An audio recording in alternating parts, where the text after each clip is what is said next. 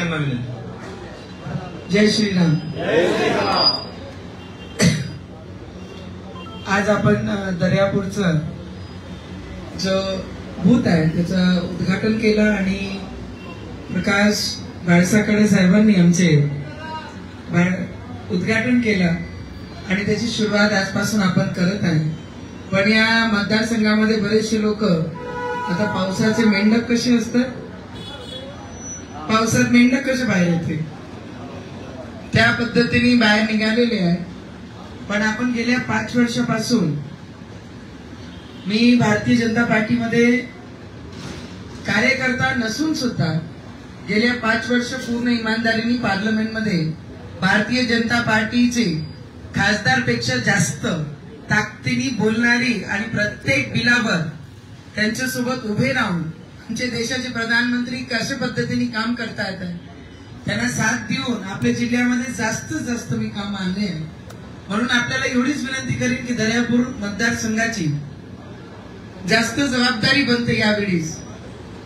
कारण की 5 वेळा 5 टर्म अलायन्स मध्ये असणारी शिवसेना ला मतदान करू करू आपण 5 वेळा निवडून आणलं.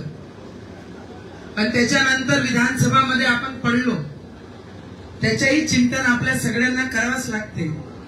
कारण काय होते, कारण बूथ प्रमाणे 74,000 बूथ पर आपले कार्यकर्ता कार्यरत आमदार साहेब.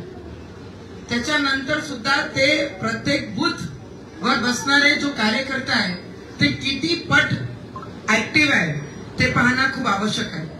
कारण 75,000 जर बूथ प्रमुख आणि त्यांचे खालचे 31 प्रत्येक बूथावर काम करणारे जर कार्यकर्ता आपल्या जिल्ह्यामध्ये भारतीय जनता पार्टीचे आहे, एवढी मोठी यंत्रणा सुरू आहे, तर मग कोणी आपले उमेदवाराचे आजूबाजू सुद्धा भटकू शकत नाही. जर त्या कार्यकर्त्यांना आपण ऍक्टिव्ह करण्याचं काम या 15 दिवसामध्ये जर आपण केला तर आपण ज्या पद्धतीने काम करत मी आपल्याला सरळ भाषेत सांगते, हा लोकसभेचं इलेक्शन आहे. हा काही आमदार विधानसभाचं इलेक्शन नाही. केंद्राला शोभणारा, केंद्राचे ऍक्ट बनवणारा हा लोकसभाचं इलेक्शन असते. केंद्रामध्ये जेव्हा ऍक्ट बनते, बिल पारित होतात, ते त्याचे इलेक्शन आहे. माझ्यापेक्षा आपण बरेचसे लोक आहेत ते माझ्यापेक्षा अनुभवी आहे, ज्यांना काही सांगण्याची गरज नाही. पण आता बरेचसे लोक येतील की नवनीत राणाला पाडायचं आहे कारण त्यांना दर्यापूरमध्ये कमळ अजिबात पाहिजे नाही, त्याला कमळ गायब करायचं आहे. आताही विधानसभेमध्ये, जिल्हा परिषद मध्ये, नगर परिषद मध्ये, पंचायत समितीमध्ये म्हणून कमळ नको आहे.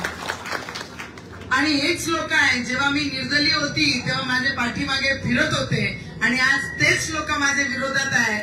कारण कमळ माझ्या पाठीशी आहे आणि कमळ चिन्हावर मी उभी आहे, म्हणून त्यांना कमळ नको आहे दर्यापूर मतदारसंघामध्ये. आणि जर ग्रामपंचायत पासून, पंचायत समितीपासनं आणि जिल्हा परिषद पासनं प्रत्येक जर कमळ खिलाना आहे तर यावेळी ताकदीने काम करावे लागेल. प्रत्येक बूथवर 51% पेक्षा जास्त 12चे आत आपल्याला मतदान करून घ्यायचं आहे. त्या जिद्दीने आपल्याला काम करायचं आहे.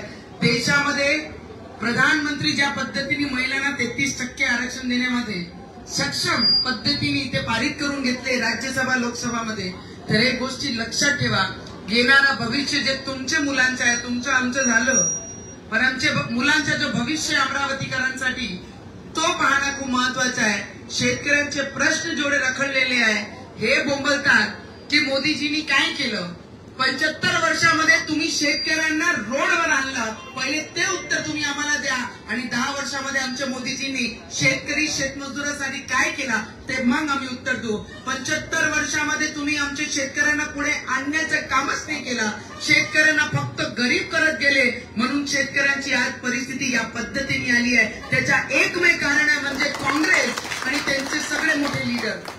मी आपल्याला एवढीच विनंती करेन की या बूथवर बसणाऱ्या व्यक्तींनी पूर्ण तालुक्यामध्ये जे लोक गावात राहतात त्यांनी गाव सोडायचं नाही. गाव हिंडाचा, प्रत्येक घरामध्ये जायचं, ही जबाबदारी तुमची आहे. आणि देशाचे हिताकरता प्रत्येक मत त्यावर पडलं पाहिजे, तिची जबाबदारी प्रत्येक एक कार्यकर्त्यामध्ये आहे. 5 वर्षामध्ये मी इमानदारीने या क्षेत्रामध्ये काम केला. आता ही तुमची जबाबदारी आहे. पहिल्यांदा कमळ, देशाचे प्रधानमंत्रींनी अमरावतीकरांवर विश्वास ठेवला आणि कमळ या चिन्ह आपले अमरावतीला दिलं. मी आपल्याला इतकीच विनंती करेन, कोण कोणाला लाईक करते, कोण पुढच्या इलेक्शन मध्ये त्यांना पाहिजे, कोणता लीडर तुम्हाला भारतीय जनता पार्टीमध्ये आवडते लोकल स्तरावर, ते सगळं बाजूने ठेवून फक्त देशाच्या प्रधानमंत्री नरेंद्र मोदी झाले पाहिजे आणि त्याकरता आपण सगळ्यांनी साथ देऊन काम केलं पाहिजे. नियोजन नाहीये, हे नाहीये, ते नाहीये, अरे काही विषय नाहीये.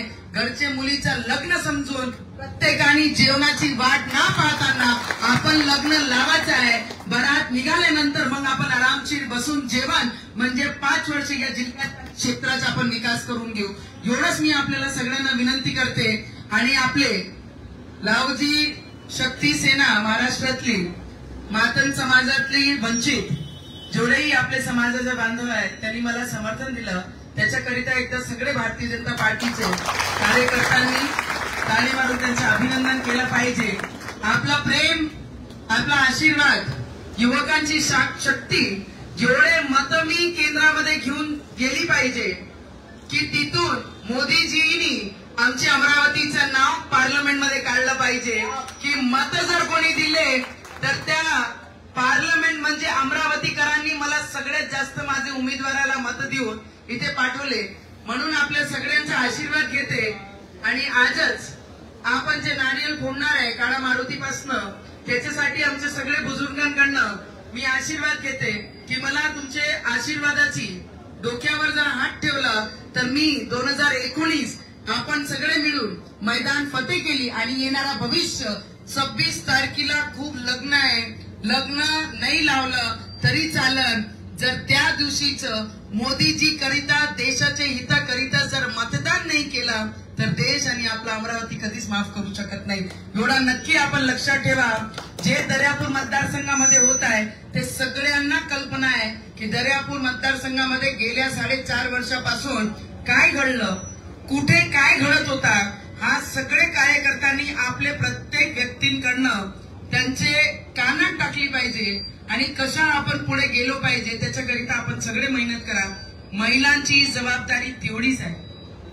महिलांनी जास्त बाहेर ना पडताना आपले गावामध्ये, आपले एरियामध्ये, आपल्या प्रत्येक घरामध्ये जाऊन प्रत्येकीशी भेटणं, मोदीजींचा नमस्कार देणं आणि देशाकरिता एक मत तुमच्या आम्हाला हवं आहे त्याकरिता आपण आपल्या गावामध्ये, एरियामध्ये बायांना, महिलांना आपण सांगितलं पाहिजे.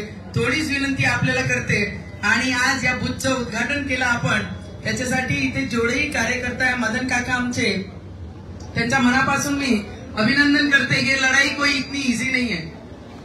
लड़ाई लड़नी है ना, मैदान में उतरे हैं तो लड़ाई जैसी ही लड़नी है. फिर ना दाएं ना बाएं, सिर्फ मैदान जीतना है, उसी दिशा में हमको काम करना है. बस वही सोचकर हे मैदान मध्ये आपण उतरले. फक्त 18-19 दिवस आहे आपल्याकडे. 18-19 दिवस इमानदारीने आपण काम केलं तर असा कोणताही उमेदवार नाही आहे जो कमळाला पाडू शकते. कमळाला निवडून आणण्याची ताकद या कमळाचे कार्यकर्ता जे गेल्या 44 इयर्स मध्ये जे कमळासोबत मिळून काम करत आहे त्याला पाडण्याची ताकद या जिल्ह्यात नाही, पूर्ण देशामध्ये कोणी नाही आहे. जर तुम्ही मनात ठरवलं तर कमल इस बार अमरावती में जरूर खिलेगा. कमल को खिलने से कोई ताकत नहीं रोक सकती.